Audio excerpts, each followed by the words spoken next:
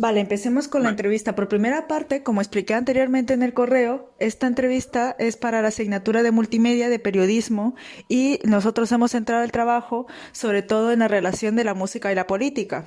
Y para ello estamos localizando entrevistas en distintos expertos, ya sea de política, muy bien. música o sociólogos. Y como usted es profesor en También de política, sí. política, Pues de música no sé yo. bueno, empezamos con la primera Vale, pregunta, adelante. que es, desde tu formación como profesor de política de la UCM, ¿qué opinas de la figura del cantante como actor político y de la opinión pública? Hombre, o sea, no tengo una opinión cerrada, pero entiendo que primero, toda persona puede expresarse como considere, en los términos en que considere y en las circunstancias que plantee. Entonces, es verdad que jolín, la música y la política muchas veces se han ido de la mano, aunque se haya intentado ocultar o se haya intentado dirigir por otros derroteros, ¿no? Aquí en España, por ejemplo, teníamos el fenómeno, sobre todo la canción de autor, de la canción protesta. Y eso, evidentemente, iba vinculado a un mensaje político, iba con una estrategia muy clara. Entonces, en esas circunstancias hay que tener en cuenta que no son dos fenómenos que estén separados. Política y música muchas veces han ido de la mano. Ahora, si hablamos a día de hoy de cómo la música pretende ser como un canalizador de determinados mensajes políticos, pues que duda cabe que eso también ocurre y se amplifica mucho con el fenómeno mediático, con el fenómeno de las redes sociales, pero yo creo que también lo que cambia un poco son las variables, las circunstancias, las herramientas, pero pasaba, ¿no? Y me remito a ese fenómeno de la canción protesta, claro. Vale, vale, gracias. Y la siguiente pregunta es de ¿cómo ves el futuro de esta especialidad, sobre todo relacionado con las nuevas tecnologías? No te he entendido bien la pregunta, Maricielo. Vale, espera un momento.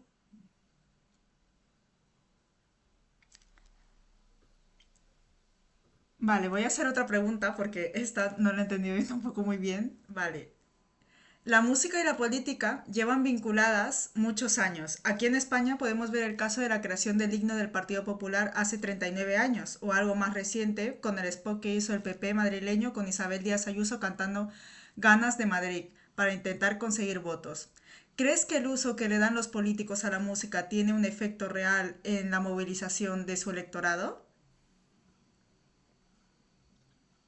Hombre, yo no, a ver, yo creo que no sé hasta qué punto se puede cambiar voluntades con una melodía, pero lo que sí creo, y es muy determinado, que la música genera una identificación, genera un sentido de pertenencia, genera una relación, genera que todo el mundo conozca, se quede con un estribillo, se quede con un Sí. elemento que haga esa idea de identificación constante y bueno, y pues oye, pueda ser efectivamente un reclamo. Pero de ahí a que pueda movilizar a masas para un determinado voto u otro, tengo ciertas dudas. ¿Por qué? Porque evidentemente, independientemente de que la música pueda tener esa capacidad de atracción brutal, alguien que tenga unas posiciones muy fuertes, muy firmes, muy acérrimas, difícilmente cambia por una melodía. Vale.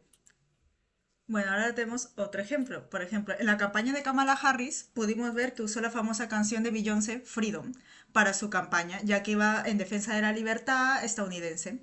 ¿Por qué crees que no ha tenido efecto en la población norteamericana esta canción? O sea, este spot. Porque aunque el mensaje es poderoso, Kamala se apoyó en buenos apoyos musicales en este sentido, muy influyentes. Independientemente de todo, a la hora de la verdad, yo creo que la apisonadora mediática de Trump en estos últimos periodos, cuando hemos visto a un Joe Biden caduco y la gran amplificación que supone la red X con Elon Musk al frente, yo creo que ha sido determinante. Era muy difícil poder revertir eso, pues muy poderoso que sea el mensaje de Freedom. Vale. Adrián, ¿no quieres hacer ninguna pregunta? Sí, sí, sigue, sigue. Hago yo las dos últimas, no te Vale, preocupes. ok. Vale.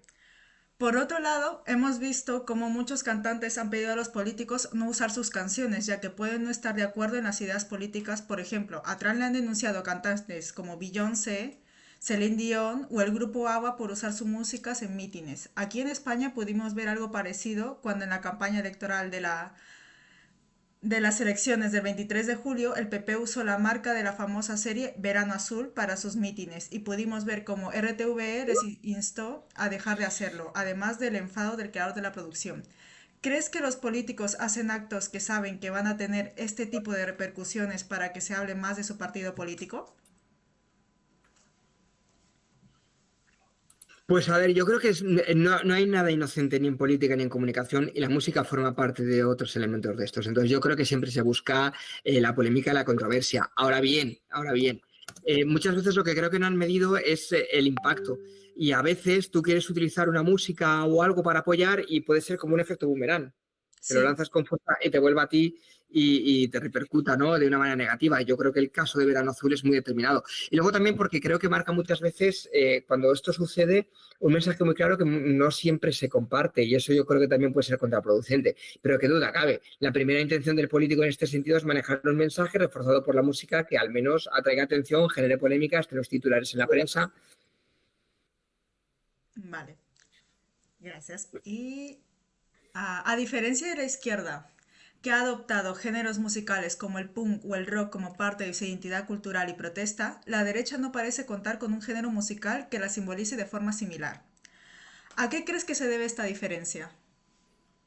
Pues yo discrepo un poco, porque mira lo que ha pasado con el efecto taburete, ¿no?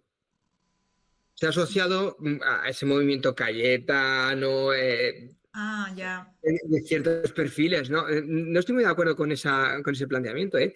Lo que pasa que es verdad que muchas veces cuando hay un mensaje reivindicativo de derechos, cuando ha habido cierta represión y la música puede aliviar esa represión, yo creo que el mensaje es mucho más poderoso, ¿no? Y luego cala un poquito a poquito, pero acaba calando. Pero yo creo que también hay ciertos fenómenos, ¿no? En el que ese sentido ha habido cierta connivencia. Sí, tal vez como música más religiosa, no más cristiana, Hakuna y cosas de esas. Exacto, y no necesariamente religiosa, ¿no? El momento de taburete, aunque no tenga un discurso político muy firme, pero se ha asociado a un grupo muy concreto, con un planteamiento ideológico también muy concreto. Ujú. Vale. Vale. Siguiendo un poco por lo mismo, sobre todo por las elecciones norteamericanas, durante la campaña de las elecciones vimos como cantantes y personajes públicos, tales como Taylor Swift, utilizaban las redes sociales para posicionarse políticamente. ¿Qué opinas del uso de las redes sociales como herramienta de comunicación política por parte de artistas o personajes Las redes sociales, como al fin y al cabo están al alcance para todos y al fin y al cabo el derecho a expresarse, escribir es sacrosanto, entiendo que bueno, que es un mecanismo que es muy poderoso y muy influyente y que obviamente a día de hoy vetar eso es como ponerle puertas al mar, entonces yo creo que no tiene sentido. Otra cosa es la importancia que se le quiera dar. Entonces, da la sensación de que estamos en una especie de show circo donde todo esto se amplifica. Pero yo en este sentido también me gusta apostar un poco por la idea de separar el grano de la paja, porque hay veces que hay mensajes muy interesantes a través de las redes sociales, de cantantes o de músicos muy influyentes, que no generan tanto ruido, pero que son importantes y son reivindicaciones en pro de los derechos que a veces, muchas veces viene a presentar, ¿no? Pero claro, que duda cabe, cuando el mensaje viene de la mano de Taylor Swift, a nivel viralización y capacidad de llegar a la gente es brutal. Eso es algo muy difícil de refrenar. Esta pregunta se la hicimos a un posible consejero de Radio Televisión Española que se llama Mariano Muniesa, que es el ¿Mm? candidato por Podemos, y él nos dio su perspectiva como consejero de Radio Televisión Española, como candidato, y también queríamos ver una perspectiva como más de consumidores, ¿no? De Radio Televisión Española. Entonces, en relación a la televisión pública, ¿cómo ves que representa la televisión pública en su programación la música? Es que yo creo que es un servicio público. O sea, es decir, fijaos, es que una de las grandes tragedias que ha vivido, no solo aquí en España, se ha vivido también en otros contextos, es la desaparición de la música, tanto en directo como grabada de la tele. ¿Por qué? Porque lleva una inversión económica por los royalties, el copyright, los derechos de autor, que obviamente eso no siempre se llega a ser sostenible. Y me parece trágico y me parece una pena, ¿no? Entonces, creo que los servicios públicos audiovisuales apuesten por la música es clave y creo que más que de cierto posicionamiento político, lo que hay que remarcar que es servicio público. A lo mejor la gente no puede pagarse un concierto, pero qué bueno es ver en directo en la 2 o en la 1, donde sea que en el contexto de España, un concierto. ¿Por qué Sí. no?